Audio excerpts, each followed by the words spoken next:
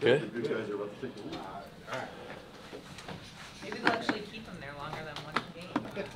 That spot. But the leadoff trick doesn't work. Ah. Leave him. All right, well, today was an improvement. It was a little better, which was nice to see. That's what we asked for.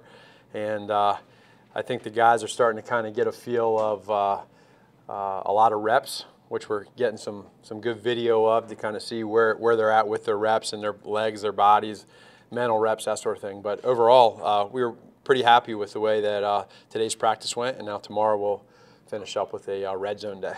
Is there any individual that you're seeing start to stand out? I still think, and again, no, to answer your question, no, but I still think it's hard because the pads aren't on. These guys have rules that they need to follow, and so if a guy wants to try to dive for a ball and make a special play, you can't. You know, we're telling them don't dive on the ground and stay away from, really, offense wins the 50-50 balls. So you guys are out there watching the practice, and we're telling them in practice or in the mornings and meetings that, you know, offense is going to win any 50-50 ball. So, you know, that's advantage offense. But that's what the rules are. We abide by them, and so not everybody's going to jump out.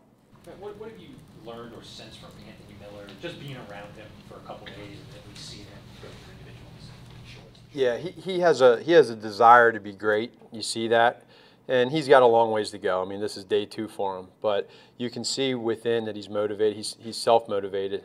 He's a self-starter, and he's a kid that's obviously worked to get to the point that he's at right now. But again, just as anybody that's on this team, they're all starting at ground zero, and they need to work their way into the offense and understand their roles. But you take a kid like that that's confident for a reason, and you never want to lose that. When you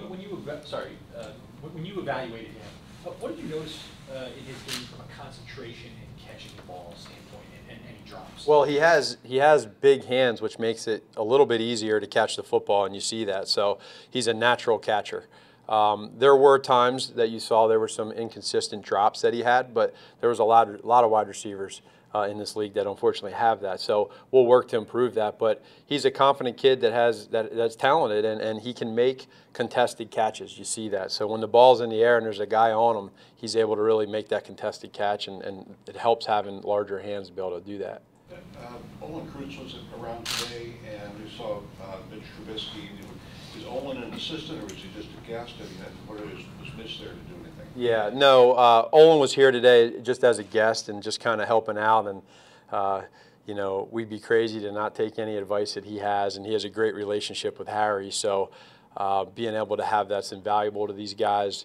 And any knowledge that they can get from Olin, we'll take. And so whether it's him just observing or giving ideas, suggestions, they're going to take it.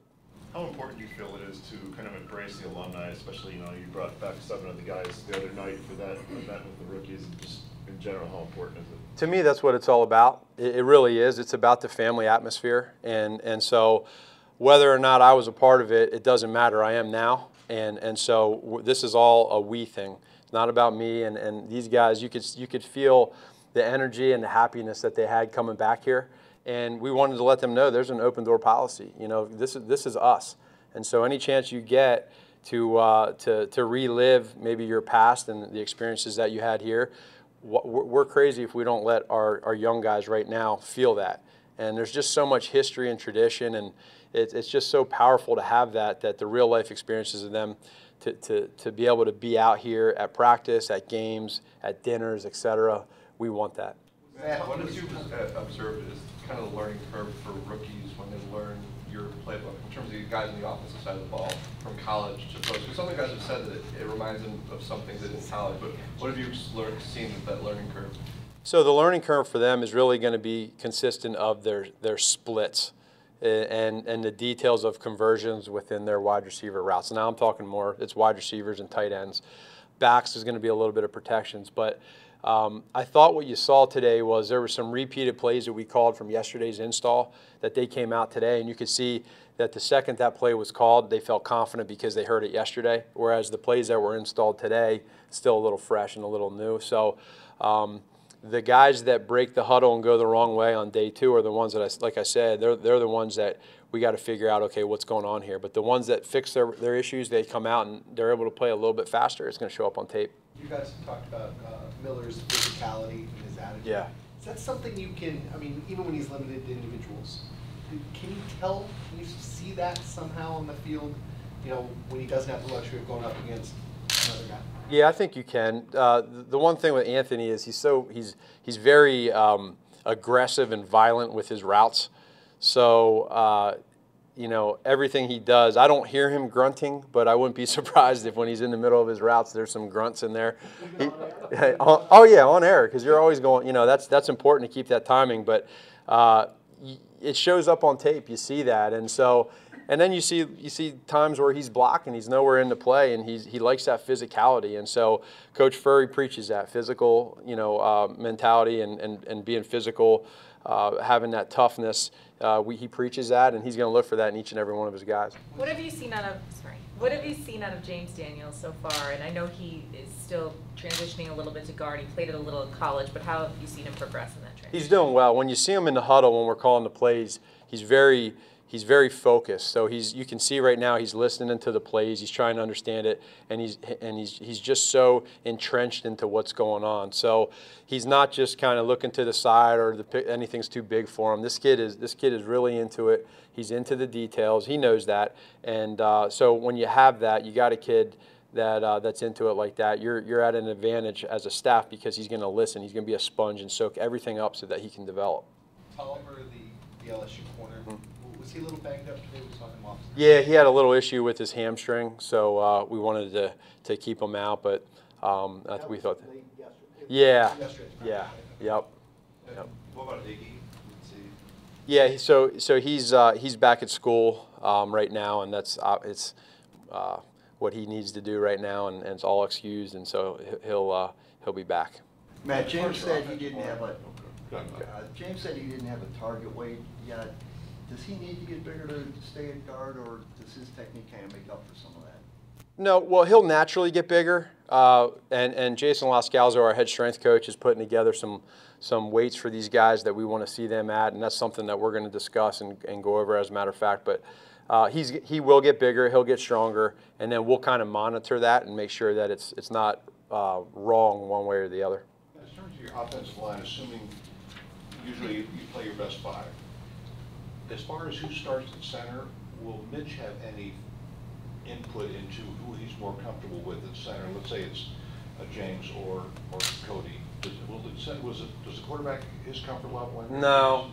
They need the quarterbacks need to be able to adjust to whoever that is there. So I don't think Mitch would be that way anyway. But it is a good question. But that's not something that we would get into where we have now. He may, if there's an issue with a snap or there's an issue with some if there's some issue, then he'll voice that to the center. He'll voice that to us, and we'll get it fixed. But for the most part, no, he's not going to have much say in that.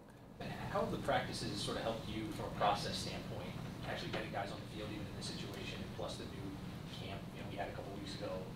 Where are you at the process of just running practice? Yeah, it's been good. I think you can see, again, so when we had the vet mini camp the first time, that's the first time we all were out there, and the whistle blows, the horn sounds, and people are trying to figure out where the heck I go, everybody. But now the vets got it. Now the rookies come in, and it's the same type of deal. They're trying to figure out, okay, where do I jog to next? So now, next week, when we get everybody in here together, it's gonna be a lot better. So I really believe that each and every day, for us as coaches, little things like staying back 15 yards from the line of scrimmage, staying behind the ball, getting to the sideline, these are all things that, you know, staffs that are together for a long time, they know it inside out. But we're learning that as players and coaches. And so the process, for me, has been good, and the guys have reacted really well to it. You eager to actually practice out of doors at some point?